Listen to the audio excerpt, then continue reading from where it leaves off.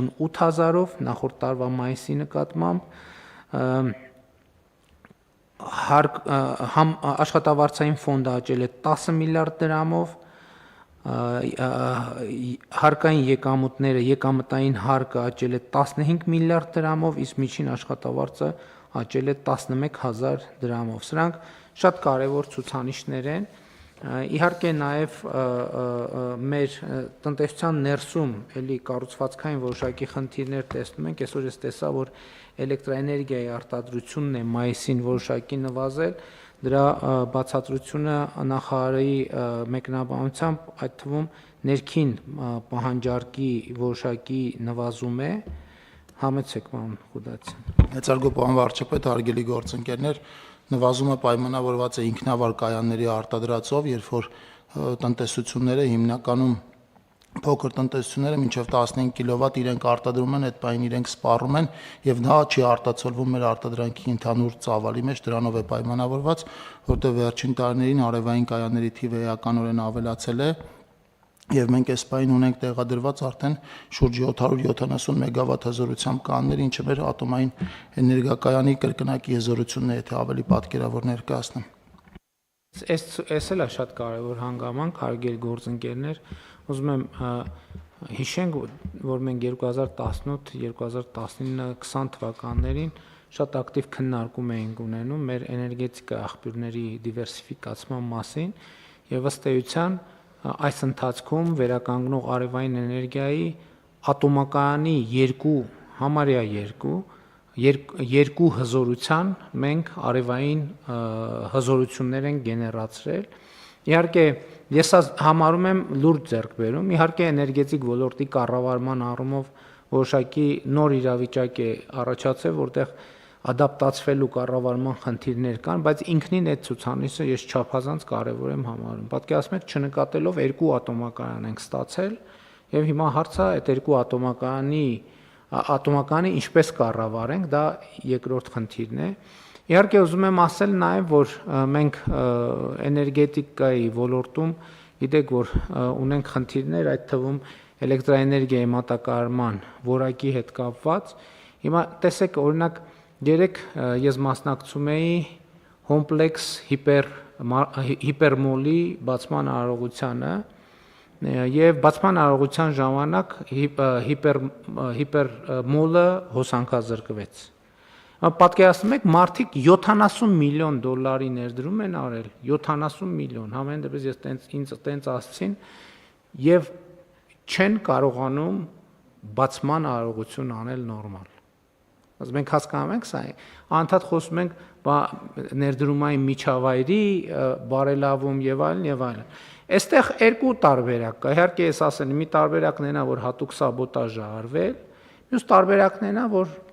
համակարգը տեխնիկապես ի վիճակի չի։ Երկու դեպքում էլ մենք բոլոր գծերը անցել ենք եւ իրանք բոլոր գծերը անցել են եւ այն ինչ որ ասել եմ, մենք առաջիկայում արդեն պետք է անցնենք դրա իրագործման փուլին։ Իհարկե process-ը չի լինի մի փուլանի, բայց ակնհայտ է, որ պետությունը պետք է շատ արագ վերցնի Հայաստանի էլեկտրական ցանցեր ՓԲ կառավարումը եւ հետագա գործընթացները պետականացման եւ ընկերության կառավարման արդյունավետության ուղղությամբ պետք է արագ եւ արդյունավետ իրականացնենք։ Իհարկե հարցը քաղաքական մակարդակով մենք քննարկվել է քաղաքացիական պայմանագիր կուսակցության վարչության նիստում։ Ես գիտեմ, որ ազգային ժողովի քաղաքացիական պայմանագիր խմբակցությունը նույնպես քննարկումներ է ունեցել եւ այդ թվում կառավարության գործընկերների մենք համատեղ աշխատանքով նաեւ օրենքի նախագիծ է արդեն դրվել փոփոխություն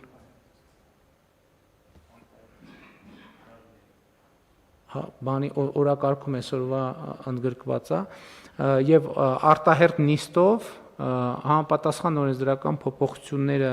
կիրականացվեն եւ շատ արագ ես կարծում եմ, որ այդ առաջին անհրաժեշտ գործողությունը տեղի կունենա, այսինքն դրա իմաստը կլինի այն, որ պետությունը, կառավարությունը կստանձնի Հայաստանի էներգետիկ ցանցերի կառավարումը Եվ այդ կետից սկսած արդեն մենք ավելի հանգիստ պայմաններում հետագա սցենարները կքննարկենք, թե ինչ սցենարով են գնում։ Բայց ես էլի ուզում եմ մի ռազմավարական հարցի անդրադառնամ, որ որևէ սցենարով էլ որ մենք գնանք, մենք մի X պահի պետք է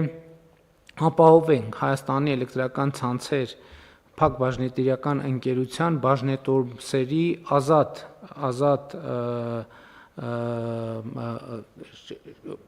բաժանորդագրության հնարավորությունը, ընդ որում նաև մեր այս ընթացքի փորձը հաշվի առնելով պետք է այնպիսի երաշխիքներ ստանանք, որ Հայաստանի քաղաքացիները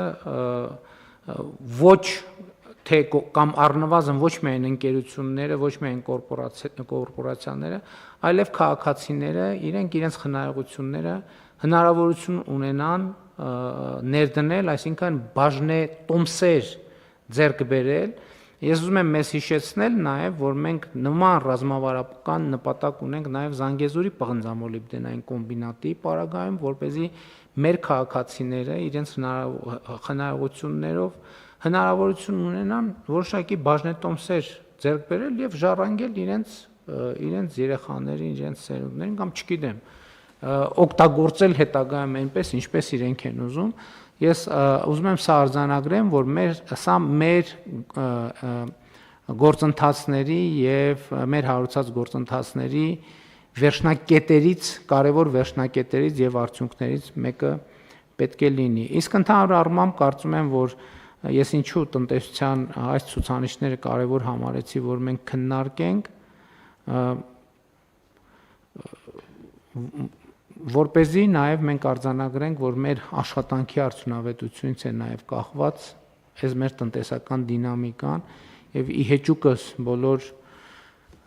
կանխատեսումների նեգատիվ եւ բոլոր ջանքերի եւ բոլոր փորձերի այս process-ը տնտեսության զարգացման process-ը գնում է եւ ես ուզում եմ նաեւ իմ փորձը կիսել նախորդ թող շաբաթների, որովհետեւ այդ թեման էլ կա եւ քննարկվել է, օրինակ զբոսաշրջության ոլորտում մայիսին շատ տեսանելի եւ էական աճ ունենք եւ այդ աճի ֆիզիկական արտահայտությունը ինքս եւ իմ ընտանիքը զգացել է, օրինակ պատկերացրեք, որ Գորիսում հյուրանոց գտնելը բավականին խնդրահարույց է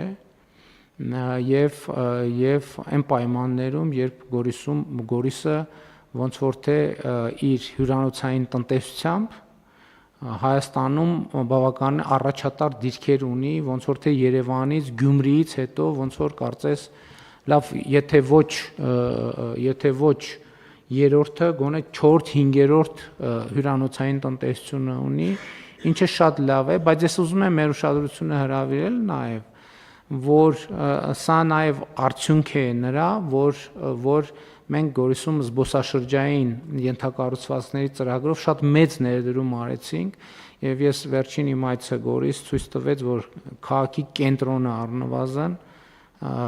ըստ էության հասել այն տեսքի, որ շատ մեծ տպավորություն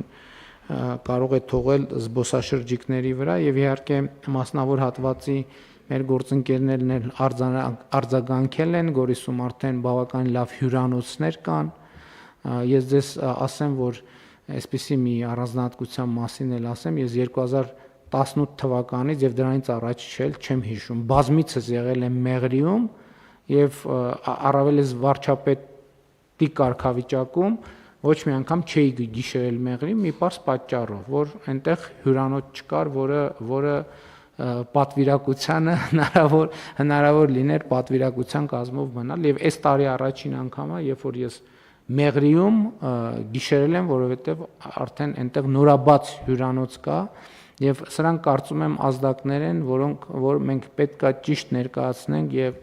կարծում եմ կարևոր ազդակներ են եւ բոլոր այդ մարդկանց աշխատանքի շնորհիվ է նաեւ որ այս տնտեսական ակտիվության ցուցանիշները արձանագրվում են, իհարկե նաեւ կառավարության եւ ուզում եմ մեր տնտեսության ոլորտում մեր աշխատող բոլոր մեր հայրենակիցներին ովքեր աշխատում են, արդյունք են ստեղծում եւ վճարում են օրենքով սահմանված հարկերը, բոլորին շնորհակալություն հայտնել եւ կառավարության գործադիր իշխանության մեր գործընկերներին էլ շնորհակալություն հայտնել, հույս ունենալով, որ այս տեմպը, տնտեսության այս տեմպը կարողանանք պահպանել։ Համեցեք, պարոն Պապոյան։